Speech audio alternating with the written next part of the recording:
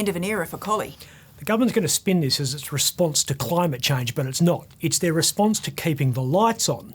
They're shutting Collie's coal-fired power stations because they don't play well with rooftop solar panels. The electrical grid, that's the power poles and the wires, can't handle it when there's an imbalance between supply and demand. You need the number of electrons being created to approximately equal the number of electrons being consumed. The 400,000 odd houses in WA that have rooftop solar generate lots of power. This is the same amount as a massive coal-fired plant, but it's lumpy because of darkness. Mark McGowan's touching something when he brags about how great rooftop solar is because WA has a huge problem with stability in the grid. We need a baseload power system that can move up and down with the output of rooftop solar to keep the system in balance. Control, you must learn control. Sounds precarious. The point is coal is not good at bringing balance to that system. It's a complicated process to switch one of those power stations on. It takes 18 hours for a coal-fired plant to reach full capacity. It's just 20 minutes for gas. And when you've got 3,000 homes putting solar panels on every month, you need to react fast. The question that's exercising the minds of McGowan and Energy Minister Bill Johnston is how to fill the 20-25% gap between demand and supply when we shut down Collie. Well, they're talking about wind. They have absolutely no idea what they're going to do. Any politician who says they do is utterly full of crap. Right now, Bill Johnson is worried he might have to dangle from a clock tower to harness a bolt of lightning.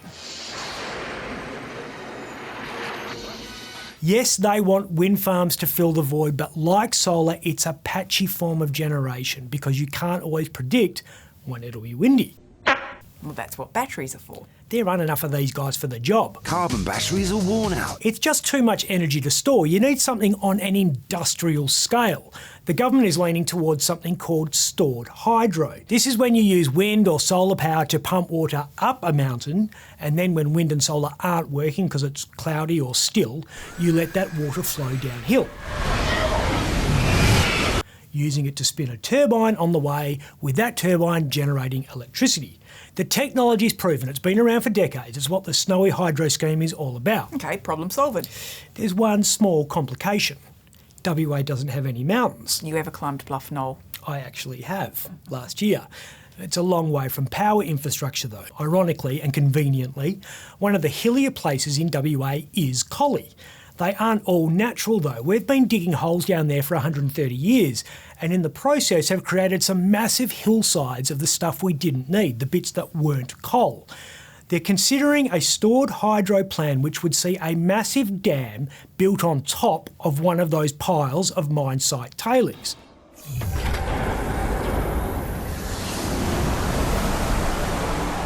We'd then use green energy to pump water up there from an even bigger dam down the bottom. That would be the hole where the coal mine used to be. Okay, that sounds like the ultimate recycle project. Yeah, but anyone who's watched season 3 of The Crown knows sometimes it doesn't end well.